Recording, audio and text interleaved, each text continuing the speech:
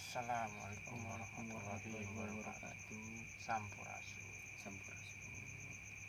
Ya, malam ini balik lagi bersama kita berdua dalam channel Lintang Nusantara. Alhamdulillah di malam yang indah ini kita bertemu kembali. Alhamdulillah. Ya, nanti ini ada sedikit bahasan ya. Ya, betul Kak. Bahas apa kita malam ini? Membahas tentang sejarahnya yang jaga raksa. Menarik kita bahas di sini ya. Sejarah dari yang jaga raksa ya. Iya. Ya, mungkin dari keturunannya dan tempat kerajaan beliau gitu. Betul. Jadi menarik kita kilas balik di sini ke masa lampau ya. Jadi kembali lagi di sini kita berdiri berdua di sini untuk kepentingan Nusantara ini, bukan untuk kepentingan pribadi. Betul. Tidak ada kepentingan pribadi kita. Ya, mungkin gak berlama-lama lagi, langsung kita bahas ya. Bahas yang jaga raksa. Betul Kak. Yang jaga raksa ya mungkin udah nggak asing ya. Iya, tidak asing lagi Kang, terutama di Tatar Pasundan ini. Yang jaga raksa itu sebenarnya gelar, bukan nama asli. Gelar Kang. Gelar. Jadi nama asli beliau bukan itu hanya nama gelar. Gelar. Berarti ada lagi Kang ya nama aslinya. Jaga raksa dalam bahasa aksara kuno ya. Bahasa aksara kuno itu artinya penjaga atau pelindung. Jadi yang jaga raksa ini tugasnya ya menjaga atau melindungi. Nah, melindungi apa? Melindungi tempat peristirahatan atau tempat persinggahan dari para raja. Tempat raja itu menapak tilas atau mengasingkan diri untuk bertapa. Nah, itu tugas yang jaga raksa untuk menjaga. Terutama yang paling pamir ya, yang paling terkenal ini yang jaga raksa itu sebagai penjaga dari Raden Pamanah Rasa atau Sri Baduga Maharaja Prabu Siliwangi. Luar biasa. Itu. Yang jaga raksa yang menjaga pertapaan Prabu Siliwangi, seperti di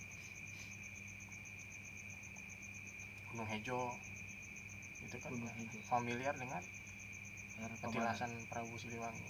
Nah, di situ kembali lagi yang jaga raksa yang menjaga. Jadi yang jaga raksa itu gelar atau nama gelar. Ya, nama asli beliau ada ya.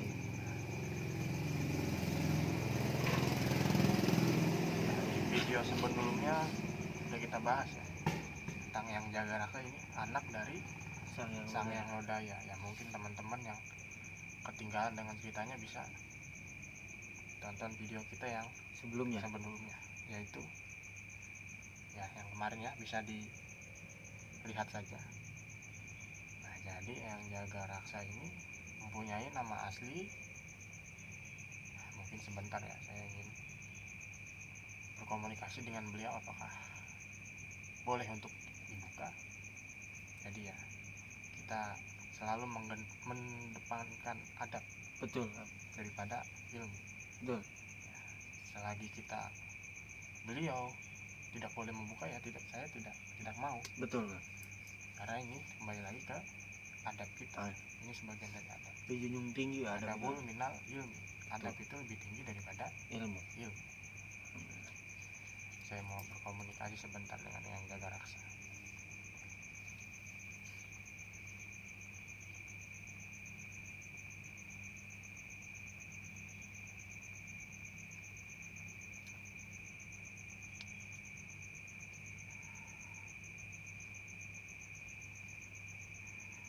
Ya, alhamdulillah. Dapat izin. Alhamdulillah. Disambut baik dengan beliau ya. Beliau juga ingin terbuka. Sementara ini kan masih simpang siur ya.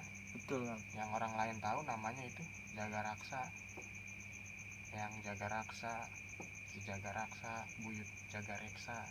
Iya. Nah, sebenarnya itu hanya gelar ya Bang ya. Nama asli beliau itu ya Ini dari pandangan saya selagi tadi berkomunikasi dengan Eyang ya. Iya. Ya bagi teman-teman yang mempunyai pandangan lain ya itu hak masing-masing. Betul. Jadi nama asli Eyang Jagaraksa itu atau Ki Jagaraksa atau Buyut Jagaraksa itu adalah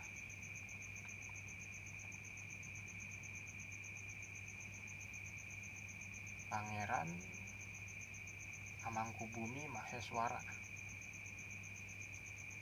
Pangeran Amangkubumi Amangkubumi Maheswara.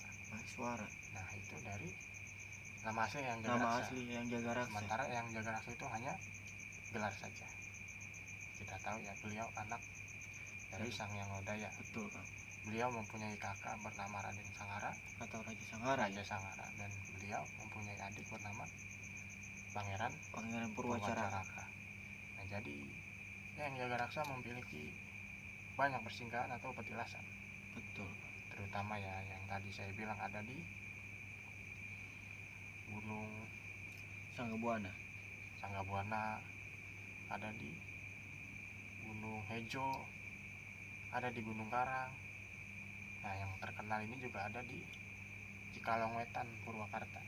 Cikalongwetan Purwakarta. Ya itu beda ya sama Gunung Bongkok, beda. Nah jadi Eyang Jagaraksa ini mempunyai istana atau keraton.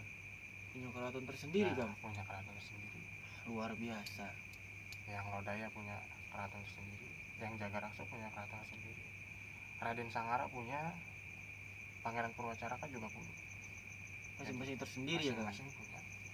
Masing-masing punya wilayah, masing-masing punya pengikut, masing-masing punya prajurit. Jadi Luar berbeda-beda. biasa. Luar biasa. Memang luar biasa. Jadi tempat keraton beliau itu di Gunung Bongkok. Gunung Bongkok? Ya. Gunung Bongkok, daerah Purwakarta. Purwakarta. Alhamdulillah. Mungkin ya bisa disebut Eyang Jagaraksa itu leluhur dari masyarakat Purwakarta. Luar biasa. Mungkin tidak asing lagi ya Gunung Bongkok di telinga masyarakat Purwakarta. Betul. Terutama di Tatar Pasundan. Betul. Jadi di puncak Gunung Bongkok itu ada batu besar. Batu besar Yang ya tinggal menempel saja. Batu lumpang ya? Iya, batu tumpang. Ya secara akal sehat ya nggak wajar itu batu bisa berdiri kokoh. Sudah miring. ujung ya, sudah Ya. ujung gini ya. Mungkin ya yang sudah naik Gunung Bongkok paham lah dengan batu tersebut. Gimana konturnya, gimana kondisinya. Betul. Kalau secara akal sehat memang tidak masuk akal. Ya jadi banyak ya persinggahan atau petilasan Eyang Jagaraksa, terutama di Batu Beleneng ada di Tol Cipali. Betul itu. Di pinggir tol tuh. Pinggir tol itu Ya Kang. mungkin Persis banget pinggir tol itu. pinggir tol. Ya mungkin ya yang sering mudik yang wong Jawa ya pasti pernah lewat Tol Cipali dan juga pernah melihat Batu Beleneng itu. Ya letaknya ya di pinggir tol. Di Gunung Hijau juga ada. Ya Gunung Hijau itu kita tahu di Tol Cipularang ya. Cipularang. Tol Purbalenyi sekarang. Ya, jadi ya beliau itu leluhur dari masyarakat Purwakarta, khususnya Pasundan.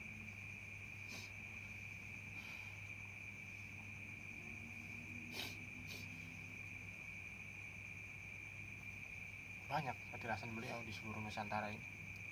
Ya, di Sumatera ada, di Sulawesi ada, di Kalimantan ada. Cuma ya tempat persemayaman beliau ini di Gunung Bongkok. Tempat persemayaman beliau itu di Gunung Bongkok. Ya ada makomnya di Gunung Sanggabuana ada ya. Ada. Mungkin yang sudah naik ke Sanggabuana sebelum puncak itu ada makam dua. Nah itu makom dari Ki Jagaraksa atau Eyang Jagaraksa. Ya sudah tidak asing lagi. Ya di atas Gunung Karang juga ada Eyang Jagaraksa atau Buyut Jagaraksa. Di Gunung Salak juga ada Ki Jagaraksa, Ki Jagareksa. Itu masih satu wujud, satu ya, cuma berbeda-beda tempat. ya memang ya itu bukan dari sekedar manusia biasa ya. Betul kan. Orang yang mempunyai karomah ya pasti ya setiap dia singgah ya pasti menjejakkan karomah di situ. Beda dengan manusia biasa. Betul Cuma kan. manusia biasa kita singgah ya nggak meninggalkan apa-apa. Betul kan. Beda dengan orang-orang yang berkaromah. Memang beliau itu ya bisa dibilang wali Allah. Subhanallah. Beliau sudah Islam. Alhamdulillah. Luar biasa ya. Jadi kita bukan, sekali lagi bukan menyembah leluhur ya. Betul. Kita hanya memperkenalkan kepada generasi-generasi penerus kita Betul. agar tidak tergerus oleh zaman, Betul. tidak Bahwa, tergantikan oleh budaya asing. betul bahwa Nusantara itu luar biasa ya Kang ya. Nenek moyang Ih. kita, leluhur kita tuh Kaya akan budaya nusa bangsa kita ini. Berbeda suku tapi tetap satu. betul. Agama ya tentram aja di kita. Betul. Tidak ada saling siku. Ya buktinya gereja katedral dan masjid Istiqlal bisa berdampingan. Betul. Nah, itu bukti tanda Nusantara ini adalah negara yang memang mempunyai budaya yang beraneka ragam suku bangsa, Saling menghargai satu sama lain. Ya tujuan kita ya ke satu, ke yang Maha Esa. Karena sebelum adanya Islam ya sudah Hindu Buddha dahulu, Nah, Kapitayan dahulu, Sunda Wiwitan dahulu, dan Kejawen dahulu. betul. Kita harus menghargai itu, Saling menghargai. Ya Islam ya memang datangnya belakangan, tapi alhamdulillah leluhur kita sudah memeluk Islam. Jadi ya seperti raja-raja Pajajaran, raja-raja Galuh, raja-raja Majapahit, mereka tidak mati, melainkan mereka moksa atau menyatu dengan alam. Betul. Tidak mati mereka raganya. Ya, Nusantara memang kaya akan budaya. Alhamdulillah. Ya, jadi keratonnya itu ya di Gunung Bongkok yang Jaga Raksa, atau nama asli beliau Amangkubumi Maheswara, Pangeran Amangkubumi Maheswara. Luar biasa. Beliau mempunyai anak dari yang Jaga Raksa itu satu ya Kang ya. Beliau mempunyai putra itu satu. Putra Kang. Putra. Alhamdulillah. Ya, bisa dibilang kesatria anaknya beliau itu.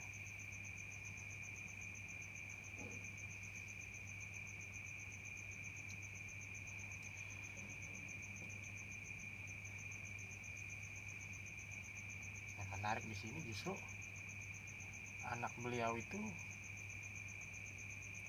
punya keraton kecil juga. Punya keraton kecil.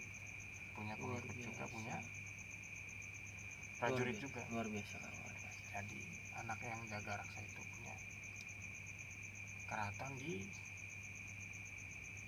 daerah Bali Kang. Masya Allah. Jadi ya memang zaman dulu Bali dengan Pasundan itu memang mempunyai hubungan erat. Ada hubungan dengan Bali dengan Pasundan, itu memang ada hubungan. Ya, jadi ya mungkin beliau ditugaskan di situ untuk memimpin sebuah kadipaten di situ. Mungkin ya sekarang sekelas bupati. Di Bali itu kira-kira daerahnya di pesisir.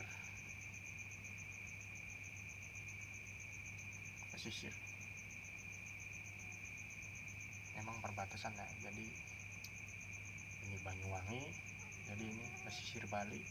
Nah, itu tempatnya dari anaknya yang Jaga Raksa. Sementara ini Banyuwangi ini Alas Purwo. Iya. Seberangnya itu Bali. Nah, itu wilayah dari anak dari yang Jaga Raksa. Ya, mungkin saya ingin berkomunikasi dulu dengan beliau ya. Iya. Apakah boleh dibuka?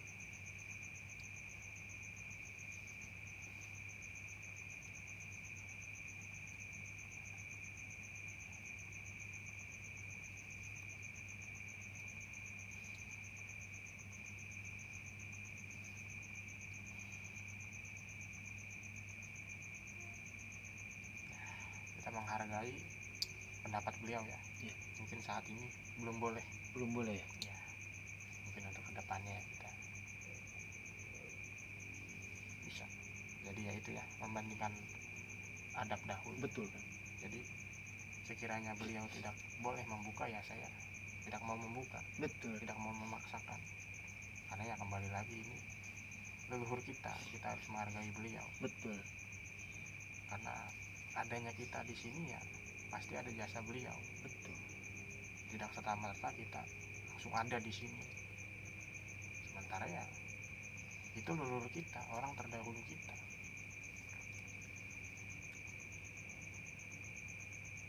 Mungkin kalau namanya sudah dibuka.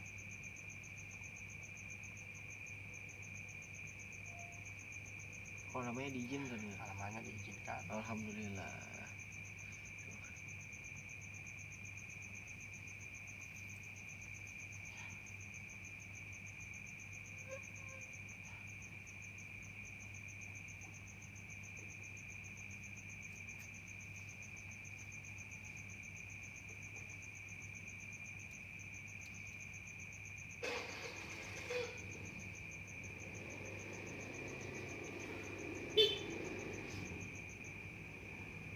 Mungkin ya pakai nama panggilan saja. Iya. Jadi nama putra dari Eyang Jagar itu Raden Priangan. Raden Priangan. Jadi ini nama panggilan saja ya. Mungkin belum boleh untuk Belum diizinkan untuk nama asli sebenarnya ya. Nama sebenarnya. Ini hanya nama panggilan aja, Raden Priangan. Jadi ya sejarah Nusantara ini ya ada yang tersurat dan juga ada yang tersirat. Nah, yang tersurat itu apa? Nah, yang tersurat itu yang sudah ditulis oleh ya orang leluhur kita. Betul. Seperti naskah Caruban Nagari, Babat Tanah Jawi, Babat Tanah Pasundan, Babat Pajajaran. Nah, itu termasuk yang tersurat kan. Nah, kan yang tersirat ini banyak. Betul. Banyak yang belum terungkap yang tersirat ini. Iya, masih banyak yang simpang siur ya. Banyak yang simpang siur. Betul. Gitu. Ada yang tersurat dan tersirat. Ya kadang kan banyak yang mengatasnamakan leluhur ya, bikin konten. Saya berdiri di sini ya kualat kalau saya mengada-ngada. Betul kan. Kalau saya hanya mendongeng saja saya kualat, saya pribadi kualat. Kamu pun tidak berani untuk bermain-main mempermainkan atas nama leluhur. Ya, kita sudah diberi mandat oleh leluhur Nusantara ini untuk membenarkan yang simpang siur dan meluruskan yang mengarang-arang dan mengada-ngada tentang cerita semuanya leluhur yang ada di Nusantara ini. Jadi itu ya cerita singkat dari Eyang Jagar Raksa. Ya, perwujudan dia apa? Perwujudan beliau itu apa ya? Kemarin sudah kita bahas. Perwujudan dia itu maung putih atau maung bodas ya bahasa Sundanya ya. Iya. Ya tetap perwujudan itu hanya perwujudan ya. Betul. Tapi perwujudan asli beliau ya tetap sama seperti kita. Mempunyai badan yang tegap, mempunyai hidung mancung, kesatria.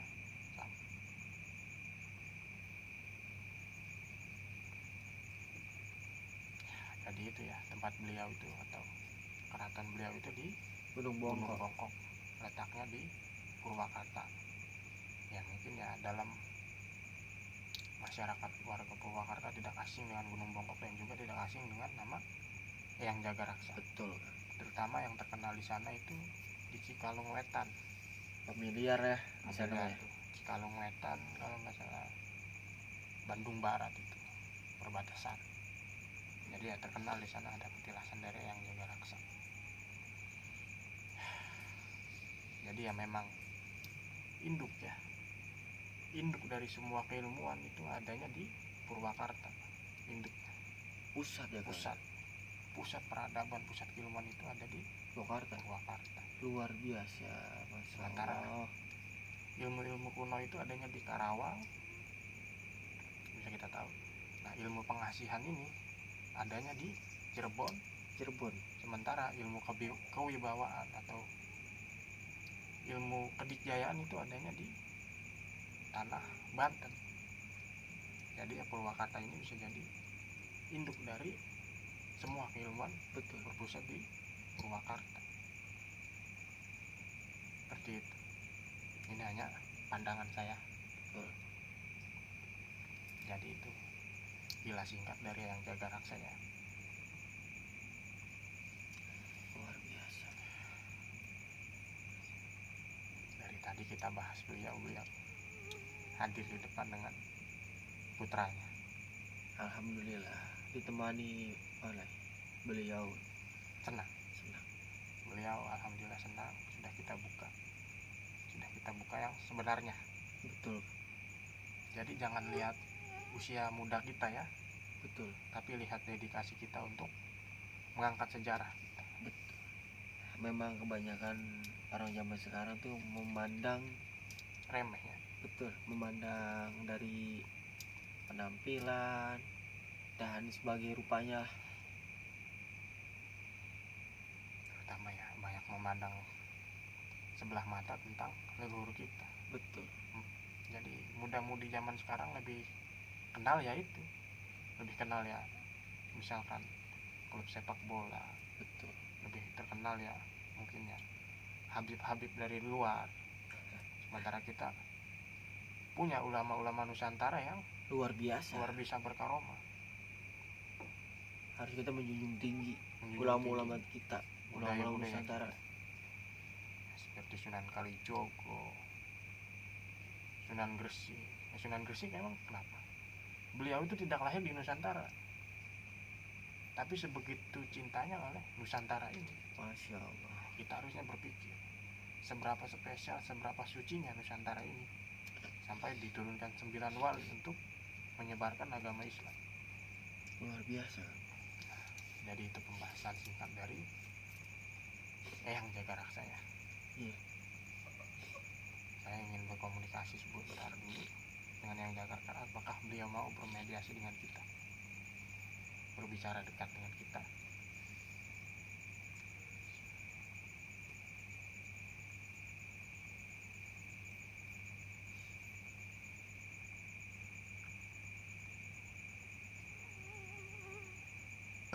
Alhamdulillah sedulur, Eyang Jaga Raksa mau bermediasi dengan kita ya, mungkin dengan teman saya yang menjadi mediator. Mohon maaf ini lagi kurang fit juga badan. Aduh. Harap dimaklumi saja.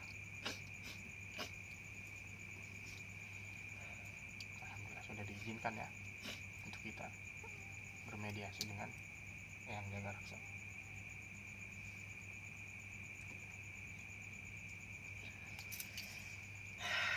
Assalamualaikum. Waalaikumsalam warahmatullahi wabarakatuh. Makasih yang atas kehadirannya.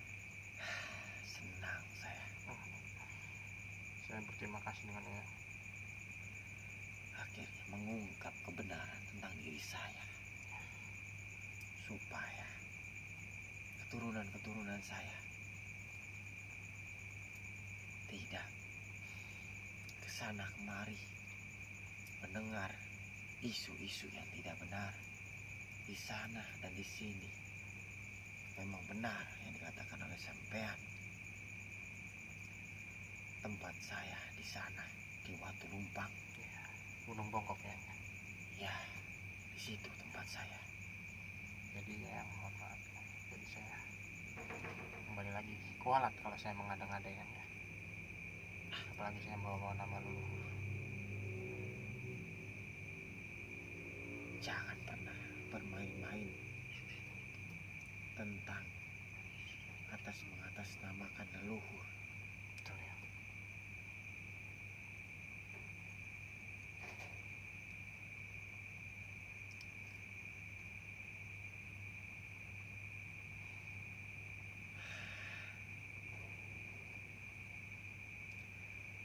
Sudah banyak huru-hara di Nusantara Betul ya. Banyak pemecah belah. mempermainkan mengolok-olok tentang leluhur-leluhur kalian sendiri. Banyak yang memecah belah pribumi Nusantara. Betul ya. Jadi yang memecah belah bukan bangsa luar saja, justru bangsa kita sendiri banyak yang memecah belahnya. Jadi ya, tugas kami di sini untuk meluruskan yang tidak benar ya. Lanjutkan, jangan ragu sedikit pun. Terima kasih ya. Kami akan selalu bersama kalian. Terima kasih ya. Terima kasih banyak atas dukungannya.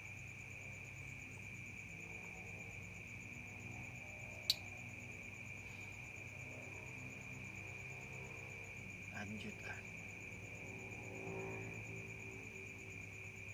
Sampurasun. Rampes. Ya alhamdulillah tadi kita sudah bermediasi dengan yang jaga raksa, alhamdulillah beliau hadir.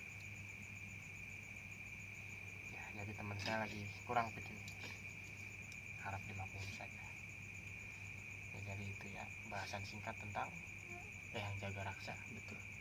Mungkin ya ada pandangan lain, ada masukan lain, ada cerita lain yang di luar sana ya itu hak pribadi masing-masing. Betul, Kang. Jadi ini hanya pandangan saya ya. Sebagai manusiawi ini kita wajar kalau berbeda pandangan ya. Betul. Jadi itu hanya pandangan saya ya. Tidak mengada-ngada ya saya. Betul. Tidak ada gunanya juga kita untuk bermain-main mengatasnamakan leluhur kita. Tidak ada gunanya juga. Jadi itu ya bahasan singkat tentang Yang jaga jaga raksa. raksa. Jadi ya kedepannya kita akan terus Terus-menerus iya, memperkenalkan budaya kita, memperkenalkan leluhur kita, dan membenarkan yang simpang siur dan tidak benar ya. mengatasnamakan leluhur kita. Ya, pesannya di sini ya, kita sebagai masyarakat Nusantara harus percaya adanya leluhur ya, Betul, Kang. pemimpin terdahulu. Karena ya kembali lagi hidupnya kita di sini ya atas jasa beliau juga. Betul. Alangkah baiknya kita menghargai atas jasa-jasa beliau, bukan menyembah, beda ya Beda. dengan menyembah. Ya. Ya, tidak ada yang disembah selain Allah Gusti Allah Subhanahu wa Ta'ala. Beliau Maha Tunggal. Kita tidak menyembah leluhur, tidak menyembah petilasan, tidak menyembah kuburan. Betul, Kang. Jadi ya hakikatnya meminta ya kita bisa di mana saja. Betul. Kita duduk di sini pun kita bisa meminta.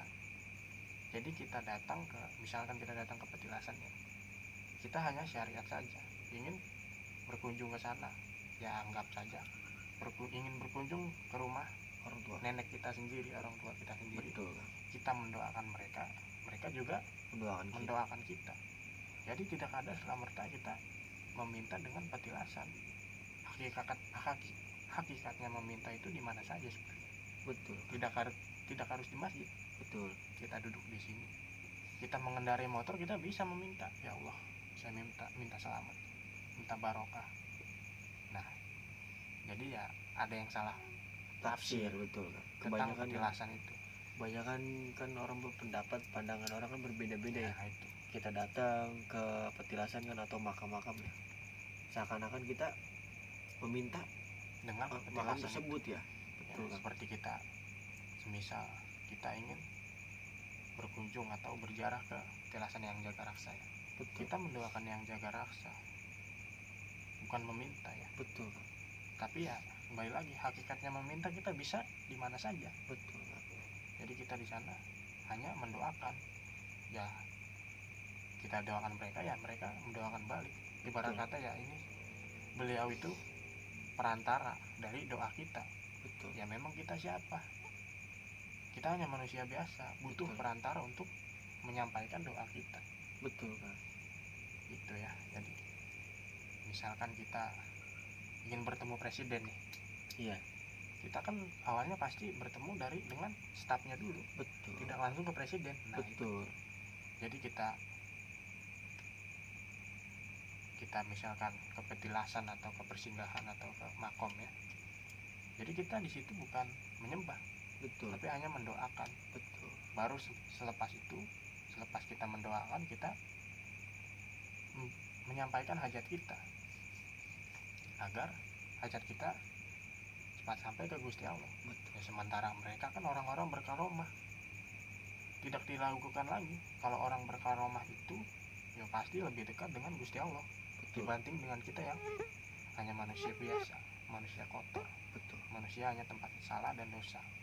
Jadi kita ya butuh perantara untuk menyampaikan doa kita tersebut, bukan menyembah. Jadi ya ini yang banyak salah tafsir di Nusantara ini ya. Betul kan. Jadi ya makanya tugas kita untuk mentafsirkan atau meluruskan ya. Jadi itu ya cerita singkat dari Eyang Jaga Raksa atau sejarah singkat Eyang Jaga Raksa yang itu.